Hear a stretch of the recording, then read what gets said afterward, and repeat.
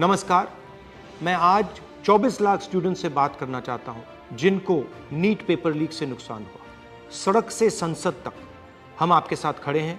24 lakh student से मैं कहना चाहता हूं, आप अकेले नहीं हो। पिछले 7 साल में 70 बार पेपर लीक हुआ है और 2 करोड़ युवाओं को पेपर लीक से नुकसान हुआ है।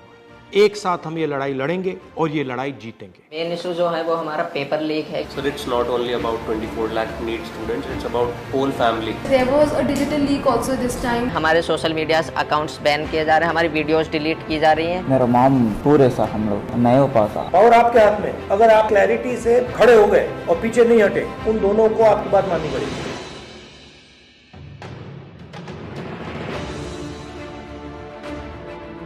So we all have come here to talk about NEET exam. We all gave NEET 2024 exam. And most of us are 620 plus above who are sitting in this room. Last year 610 was the cutoff. बाकी cutoff 657 पहुंच गई है। 630 जो benchmark होता है एक respectable score का, उसमें देखो कंपटीशन तो बढ़ता है। तो जो इन्फ्लेशन रेट है वो 40% से सीधा 400%। सर, सिर्फ ये बोलना कि कंपटीशन बढ़ गया और पॉपुलेशन बढ़ गया, I don't think this justifies the statement. तो जितने भी सो कॉल्ड टॉपर्स थे 720, 715 एंड 718, 709, उनके जो एक्चुअल मार्क्स थे probably they are below even 640. How does that happen? So maybe I feel that there are major 4 reasons. The first one is obviously paper leak. Second was that there was a digital leak also this time, like on Telegram channels, or majorly there were other platforms as well. Third reason was that there were scams going on which were saying that you just have to leave the blank OMR and the people of the NTA, or maybe I don't know from which association, they will fill those OMR. Cheating is cheating. Yes. It's cheating, and the grace mark is the 4th point, which is not going to impact that much. Sir, main issue जो है वो हमारा paper leak है, क्योंकि sir सबसे पहले अनुराग जो students था उसने ऑलरेडी स्टेटमेंट्स में कहा है कि एग्ज़ाम लीक हुआ है। सर, एग्ज़ाम लीक हुआ है, उसने ऑलरेडी प्रूवन किया हुआ है। और हम शिक्षा मंत्री श्री धर्मेंद्र प्रधान जी से मिले थे, उन्होंने स्टार्टिंग में कहा था कि एनटीए में कोई ऐसा कुछ गड़बड़ी नहीं हुई है, और जहां पर 2 सेंटर्स पर ये चीज़ देखी गई है उनको हम अभी वहां पर जांच की जाएगी।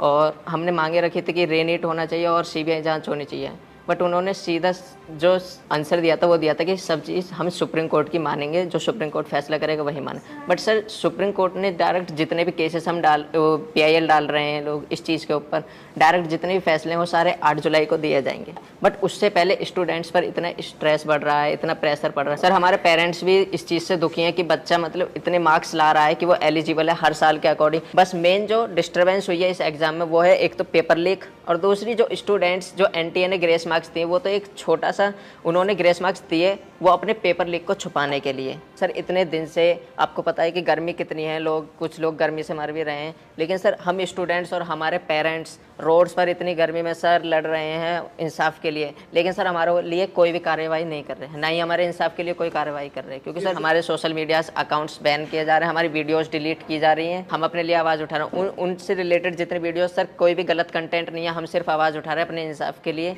उसमें सर हमारे जो सोशल मीडिया अकाउंट है या यूट्यूब अकाउंट है उनको डिलीट किया जा रहा है, बंद किया जा रहा है। 1 day of the whole year, तो वो हमारा दिन डिसाइड करेगा कि हम डॉक्टर बन रहे हैं कि नहीं। मेरा पापा नहीं है सर, डैड नहीं है, मर गया। तो मेरा मम्मी अकेली है सर। सर, मैं 2 साल ड्रॉप लिया सर।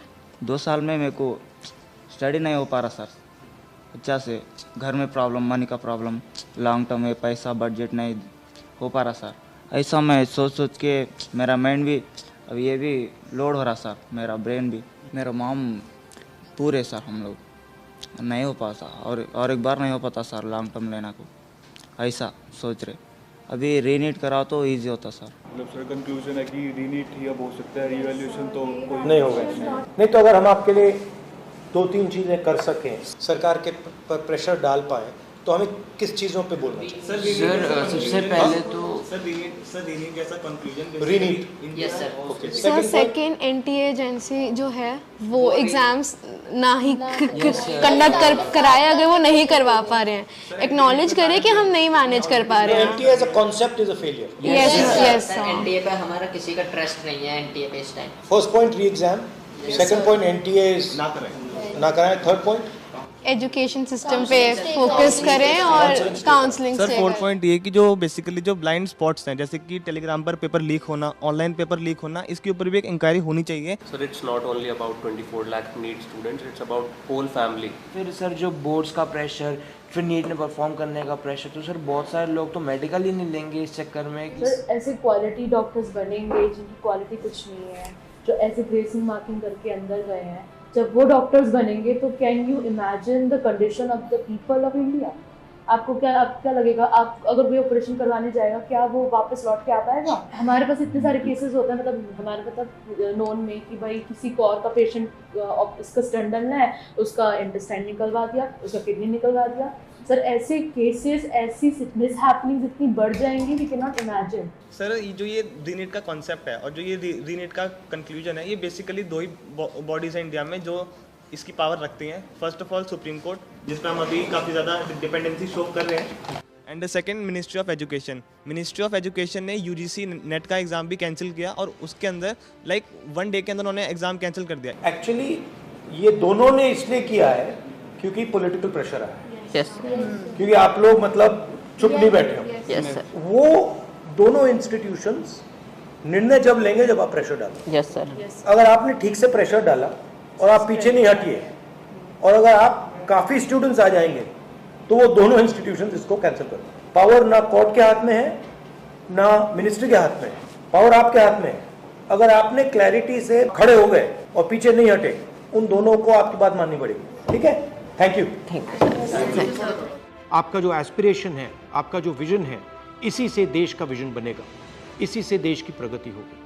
अगर सरकार आपकी रक्षा नहीं कर सकती है तो ऑपोजिशन आपकी रक्षा करेगी। ये जो आपका मुद्दा है, इसको मैं पर्सनली संसद में आपके लिए उठाऊंगा और पूरा का पूरा दबाव हम सरकार पे डालेंगे। धन्यवाद।